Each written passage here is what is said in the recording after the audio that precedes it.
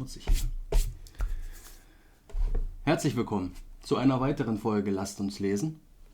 Auf der Seite hier werde ich die Seite einblenden, die ich aktuell lese, damit wir gemeinsam lesen können.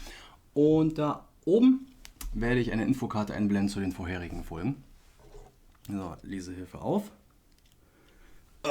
Ich habe heute nicht ganz so viel Zeit. Ich kam nicht mal dafür, meinen Tisch sauber zu machen. Auf schwarzem Tisch siehst du halt immer den ganzen Staub. Das hat mich auch übrigens an der PlayStation 3 immer gestört, dass die halt schwarz ist mit ihrem Klavierlack, die erste, dass du jede Staubkorn gesehen hast. Ja? Und am Anfang ist man ja, wenn man sich eine Konsole kauft, immer so stolz darauf. Und dann muss man ja immer alles sauber machen. Bevor man eine neue Konsole kauft, muss man immer erstmal sauber machen. Gut, zum Glück die 5 ist heute weiß. Und die 4 war ja auch weiß. So, blättern wir mal dahin. Das ist ja jetzt mittlerweile echt viel, ey. So, wo haben wir es? Genau, das letzte Mal hatten wir Schere und Schwert. Das garstige Ende. Die erste heutige Sage heißt Attalus und Leo. Zur Zeit, als Theoderich und Childebert, die Frankenkönig, in Habe und Zwietracht lebten, geriet Attalus, ein naher Verwandter des Bischofs Gregor, in die Knechtschaft eines Franken im trierischen Gebiete und wurde zum Pferdewärter bestellt. Der Bischof, der um sein Schicksal besorgt war, sandte Boten aus, die den Gefangenen auch fanden und seinem Herrn Geschenke anboten, womit er losgekauft werden sollte. Der geldgierige Franke lehnte sie aber ab und sprach: Einer von solcher Geburt kann nicht unter 10 Pfund Gold losgekauft werden. Also kamen die Abgesandten wieder unverrichteter Dinge zu Gregor, der über die verfehlte Mission sehr betrübt war und es bedauerte, seinen Vetter nicht helfen zu können, denn er besaß keine 10 Pfund Gold.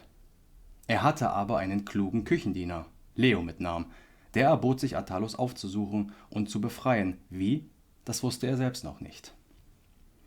Da ward der Bischof froh und gestattete es ihm. Leo aber machte sich sogleich auf den Weg und kam an den Hof jenes Franken. Er sah den Knaben wohl und versuchte, ihn heimlich fortzuschaffen, musste aber bald erfahren, dass das unmöglich war. Da verabredete er sich mit einem fremden Manne, der hindurchreiste. Zudem sagte er: Komm mit mir dahin und verkaufe mich im Hause des Franken. Der Preis, den du da empfängst, soll dein Gewinn sein. Der Mann tat das, schlug ihn um 12 Goldgulden los, und Leo war so gut wie gefangen wie Attalus. Der Käufer fragte seinen neuen Knecht hierauf, was er verstehe. Da antwortete Leo: Ich bin geschickt in der Zubereitung aller Dinge, die auf die Tische der Herren kommen, um da verspeist zu werden. Und ich glaube nicht, dass einer mich hierin übertrifft, selbst wenn er gewohnt wäre, täglich für den König zu kochen. Da antwortete der Franke: Nächsten Sonntag werden meine Nachbarn und Freunde eingeladen. Denen sollst du ein Mahl zurichten, dass alle sagen, sie hätten es in des Königs Hause nicht besser gefunden. Hüte dich, dass du nicht mehr versprichst, als du leisten kannst. Attalus verlangte darauf junge Hähne, edle Fische und seine Gewürze, kocht, briet und backte mit allem Geschick und stellte zum Sonntag ein so köstliches Essen her, dass alle Gäste versicherten, so vorzüglich noch nie gegessen zu haben und den Gastgeber wegen seines neuen Kochs beglückwünschten. Von der Zeit ab schenkte der Franke dem neuen Küchenknechte seine Gunst, gab ihm Gewalt und Aufsicht über alle Vorräte und ließ ihn damit schalten und walten. Das dauerte also ein ganzes Jahr, und während dieser Zeit vermied es Leo klüglich mit Attalus zu reden, um keinen Verdacht zu erregen. Einmal aber ging der Koch auf die Wiese, auf der sich der Pferdeknecht befand, und legte sich ins Gras, wobei er seinen Schützling den Rücken zudrehte, um keinen Verdacht zu erregen. Da sprach er zu ihm: Es ist Zeit, dass wir an unser Vaterland denken. Wenn du heute die Rosse in den Stall gebracht hast, so lass dich von dem Schlafen nicht überwältigen. Sei munter und bereit, dieses Haus zu verlassen. Der Franke hatte an diesem Tage wieder Gäste geladen, darunter auch seinen Schwiegersohn. Nachdem diese alle sich an Leos Mahl gelabt und dem Wein gut zugesprochen hatten, reichte Leo dem Schwiegersohn noch einen Becher Wein zum Schlaftrunk. Da sprach dieser zu ihm: Wie, Leo? Du möchtest wohl heute deines Herrn Pferdes durchgehen, um deine Heimat wieder zu erreichen? Da antwortete Leo: In dieser Nacht, wenn es Gottes Wille ist. Er sprach die Wahrheit, aber es wurde als Scherz aufgenommen, denn der Schwiegersohn antwortete: Wenn mich nur dann meine Leute gut bewachen, dass mir nichts von meinen Sachen entführt. So im Lachen verschieden sie voneinander. Als aber alles schlief, weckte Leo den Attalus. »Hast du ein Schwert?« fragte er ihn. »Nein, nur einen kurzen Spieß.« Da ging Leo in seines Herrn Gemach und nahm von dessen Waffen, was er brauchen konnte. Der Herr aber fragte in halbem Schlafe: »Wer bist du und was willst du?« »Ich bin Leo«, sagte er ruhig. »Ich wecke den Attalus, dass er früh aufstehe und die Pferde austreibt. Sonst verschläft er die Zeit, weil er gestern so viel getrunken hat.« »Tu, wie du meinst«, antwortete der Herr, legte sich auf die andere Seite und schlief weiter. Leon ging nun hinaus, wappnete den Jüngling, ergriff 2 Pferde und Decken und ritt mit ihm der Heimat zu. Bald kamen sie an die Mosel.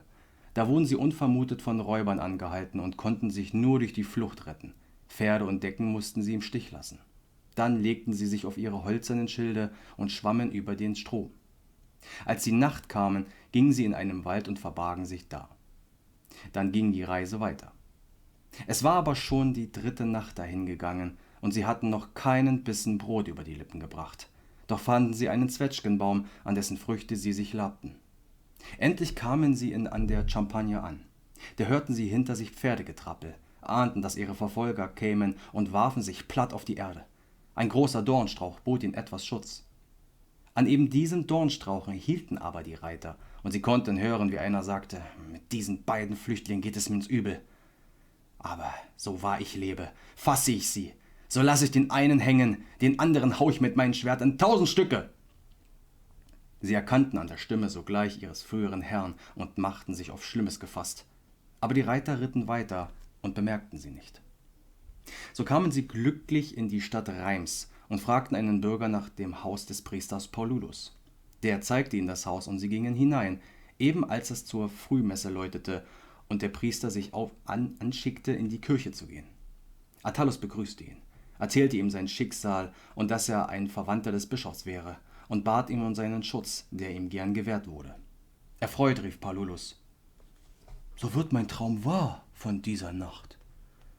Ich sah 2 Tauben, die auf meine Hand flogen. Davon eine weiß, die andere schwarz.« Da nun aber für ihn keine Zeit mehr zu verlieren war, denn er musste zur Kirche gehen, so bat er die beiden, sich auszuruhen, bis er wieder käme. Da sprach Leo: »Herr, wir bitten dich, dass du uns etwas Speise geben möchtest, denn heute ist der 4. Tag, dass wir nichts genossen haben.« Da gab ihm der Priester, was in der Eile aufzutreiben war, Brot, das er mit Wein übergoss. Danach ging er. Leo aber schloss hinter ihm zu, und diese Vorsicht war nicht überflüssig. Denn kaum war der Priester gegangen, als die Verfolger in dieser Straße einbogen. Sie hatten erfahren, dass 2 Fremde in die Stadt gekommen und in des Priesters Haus eingetreten wären. Da sie das selbst nun verschlossen fanden, nahmen sie an, dass der Geistliche sie nicht aufgenommen habe und suchten weiter. Natürlich vergebens. 2 Tage blieben die Flüchtlinge in Reims. Dann hielten sie die Gefahr abgewandt und zogen zum Bischof Gregor. Der weinte vor Freude über den Wiedergefundenen und belohnte dann Leo für seine Treue und Klugheit. Er machte ihn frei von der Knechtschaft und gab ihm ein Landgut, auf dem er leben konnte als ein Freier mit Weib und Kind. Sehr schönes Ende. Und eine sehr lange Sage. Habt ihr im Übrigen den Fehler entdeckt? Der werte Herr, nicht zerreißen hier. Der werte Münchgesang hat einen Fehler gemacht in der Sage. Und zwar auf der Seite 136, ich blende es euch jetzt mal ein. Hier steht: Attalus verlangte darauf junge Hähne, edle Fische und seine Gewürze. Attalus war aber der Jüngling, der gefangen wurde und der als Pferdeknecht gehalten wurde. Da müsste Leo stehen, weil Leo war der Koch. Gut, sowas kann passieren.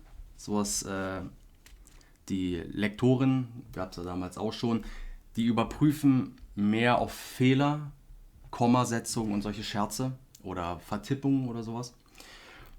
Darum schätze ich mal, dass das jeder überlesen hat, oder zumindest die Lektorate haben das überlesen und haben das so drin stehen gelassen. Ich war ehrlich gesagt, als ich das erste ein- und zweimal gelesen habe, ist mir das auch nicht aufgefallen. Erst irgendwann dachte ich so, hä, das stimmt doch was nicht. Aber sei es drum, ist trotzdem ein tolles Buch. Und dann nach einmal, ich weiß nicht, ob das ein Fehler ist oder ob das ein Synonym ist. Und zwar die Frühmesse. Ich zeige es nochmal hier. Hier steht Frühmette mit Doppel-T. Ich habe es jetzt als Messe ausgesprochen. Aber ja, entweder ist es ein Fehler und entweder ist es ein Fehler und er hat sich da vertippt und niemand hat es gesehen. Oder dass die Zeit hat an dem Buch genagt und es ist eigentlich ein S. Ja, ihr wisst ja, dass in der gebrochenen Schrift ist das S ja so, sieht aus wie ein F. Und hier sieht es aus wie ein T, vielleicht fehlt was von den oberen Stück. Und dadurch wird es zum T. Aber ich habe es als Messe erstmal ausgesprochen, weil ich glaube, das passt mehr, weil Frühmette. Egal, kann Fehler sein, ich weiß es jetzt an der Stelle nicht. Egal, es hat ja gepasst. Nächste Sage. Der schlafende König. Der fränkische König Guntram war ein friedliebender und gutherziger und zeichnete sich dadurch von vielen anderen Herrschern der Franken aus. Einmal war er auf die Jagd gegangen und seine Diener hatten sich im Walde zerstreut. Bloß ein einziger, sein Liebster und Getreuster, blieb bei ihm. Da befiel der König eine große Müdigkeit. Er setzte sich unter einen Baum, neigte das Haupt in des Freundes Schoß und schloss die Augenlider zum Schlummer. Als er nun eingeschlafen war, schlich aus Guntrams Munde ein Tierlein hervor, einer Schlange ähnlich, lief fort an den nahen Bach und stand da still, schien aber gern hinüber zu wollen. Das hatte der Gesell des Königs mit angesehen. Er zog sein Schwert aus der Scheide und legte es über den Bach hin. Auf diesen Schwerte schritt nun das Tierlein hinüber und verschwand in gegenüberliegenden Berge. Nach einigen Stunden kehrte aus demselben Wege zurück und huschte wieder in den Mund des Königs. Als der König erwachte, sagte er zu seinem Freunde: Ich muss dir doch von meinem Traum erzählen. Ich sah einen großen Fluss. Darüber war eine eiserne Brücke gebaut. Auf der gelangte ich hinüber und ging in die Höhle eines großen Berges. Darin war ein unsäglicher Schatz aus der Zeit unserer Vorfahren. Nun erzählte ihm der Gesell, was er, während der König geschlafen, gesehen, und beide wunderten sich, wie der Traum mit der Wirklichkeit seltsam übereinstimmte. Danach ließ Guntram an jenem Orte nachgraben, und wirklich fand sich da ein bedeutender Schatz, der vor alten Zeiten daselbst verborgen worden war. Wenn ich jemanden sehe, aus dem eine schlangenähnliche Kreatur kriecht, aus dem Mund, und nach ein paar Stunden wiederkommt und wieder in denselben Mund hineinkriecht, ich weiß nicht, wie ich reagieren würde. Wahrscheinlich hätte ich ein bisschen Panik. Ihr nicht vielleicht auch? Das hat so ein bisschen was von Alien-mäßig. Aber gut, das hat bestimmt eine symbolische Bedeutung, oder? Wenn ein schlangenähnliches Wesen aus dem Mund kriecht und dann lostappelt. Vielleicht geht uns das ja allen so, nur wir kriegen es nicht mit.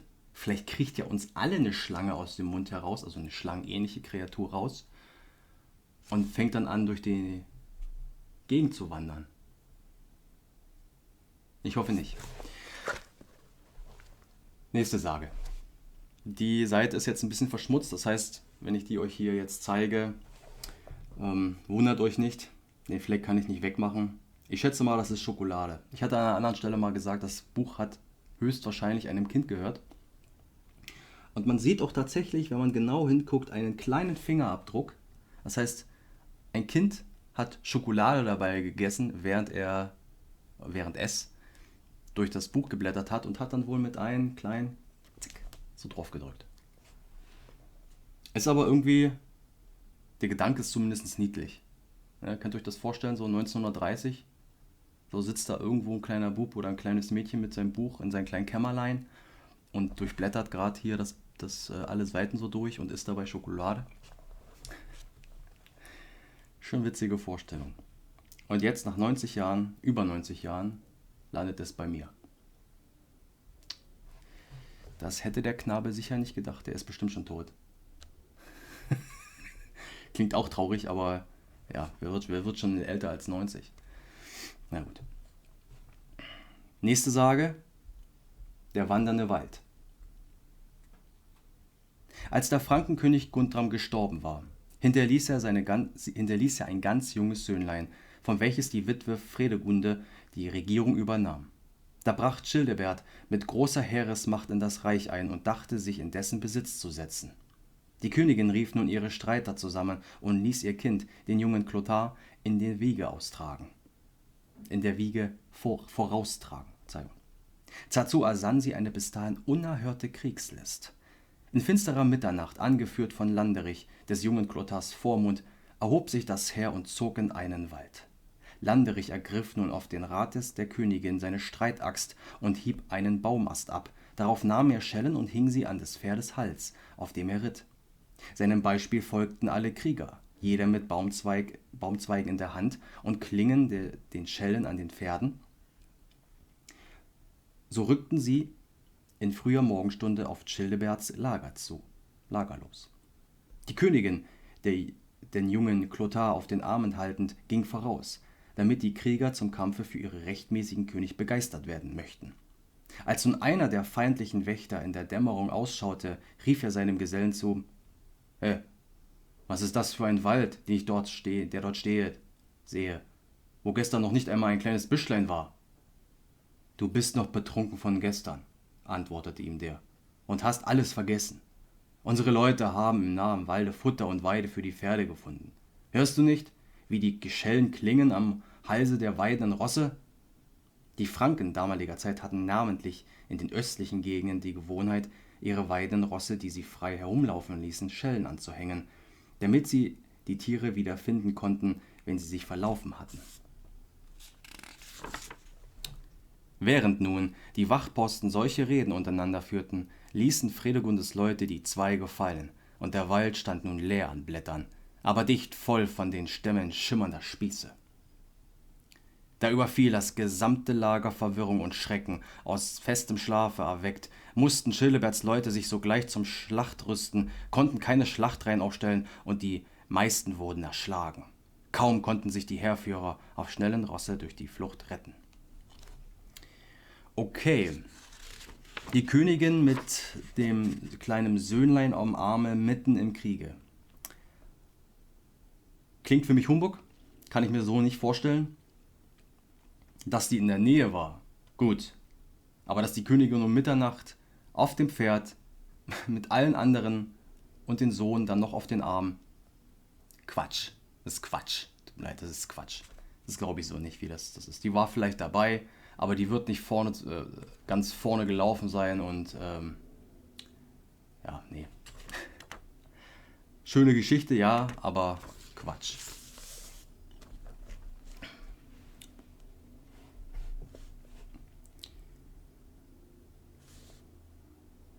Nächste Sage. Clothars Sieg über die Sachsen. Clothar hatte einen Sohn Dagobert über die austrasischen Franken zum König gesetzt. Dieser brach mit Heereskraft über den Rhein auf, um die sich empörenden Sachsen zu züchtigen. Der sächsische Herzog Bertwald lieferte ihm aber eine Schlacht, die der Dagobert große Verluste erlitt. Er selbst empfing einen Schwerthieb, wodurch sein Helm zerschlagen wurde.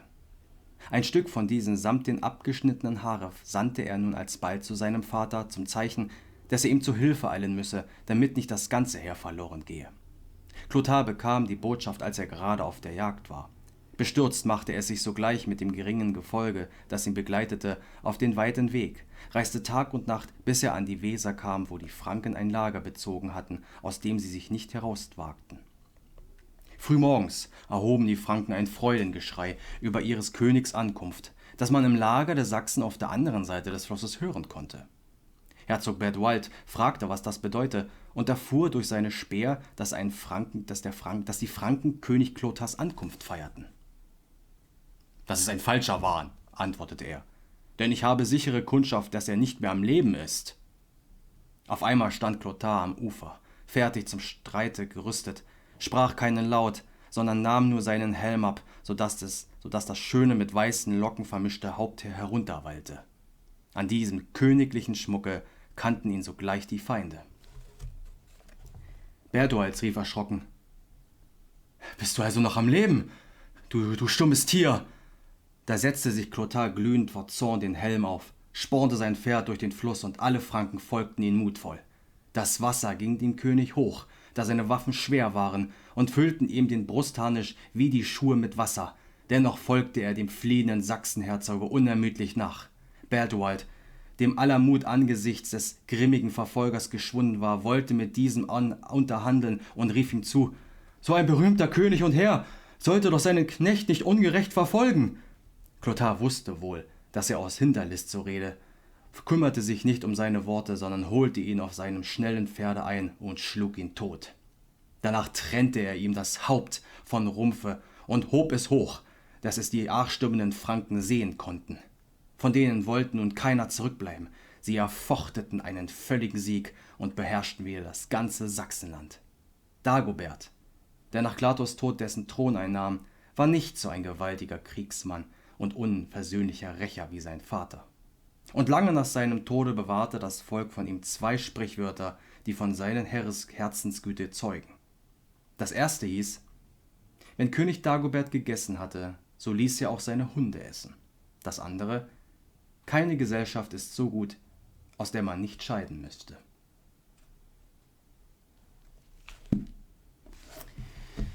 Ja, den Kopf abgeschlagen, direkt vom Rumpfe.